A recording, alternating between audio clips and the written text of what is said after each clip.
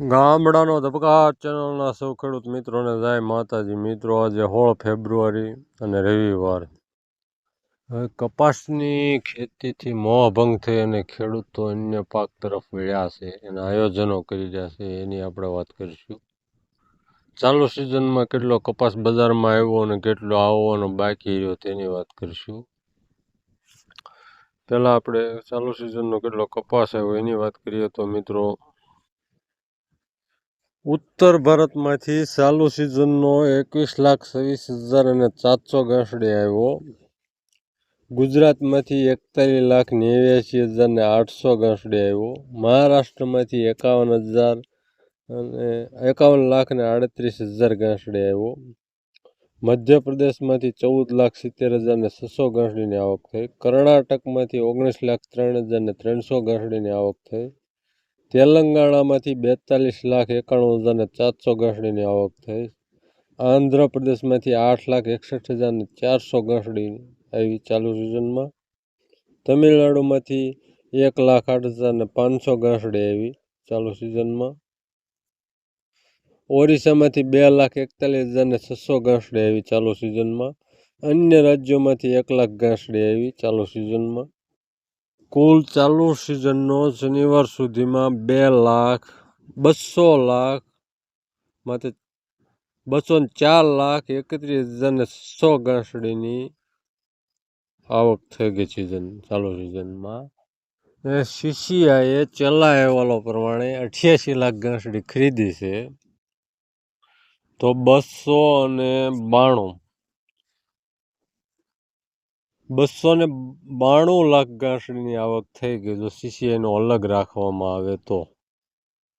હવે cotton association of ઇન્ડિયાની 13 ફેબ્રુઆરી meeting મળી, તેમાં 3.2 લાખ ગાંસડીની ઉત્પાદન બતાવવામાં આવ્યું છે.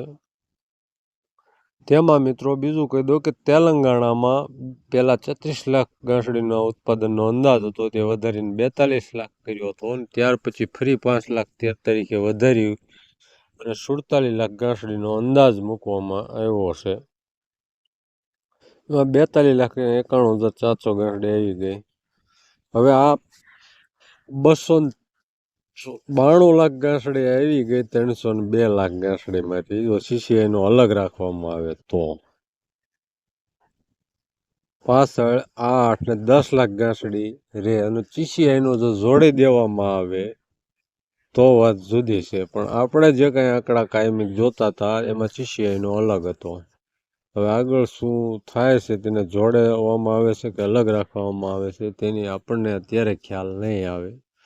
હવે મિત્રો, કોટન એસોસિએશન ઓફ ઇન્ડિયાએ જે 13 તારીખે મિટિંગ મળી એમાં ક્યાં કેટલો સ્ટોક પડ્યો છે અને કેટલો વપરાણો એની વાત કરીએ તો સીઆઈએ જણાવ્યું હતું કે જાન્યુઆરી 31, 2025ના અંત સુધીમાં કપાસનો વપરાશ 114 લાખ ગાંસડી થયો હોવાનો અંદાજ છે, જ્યારે 31મી જાન્યુઆરી 2025 સુધી નિકાસ શિપમેન્ટ 8 લાખ ગાંસડીનું થયો હોવાનો અંદાજ છે.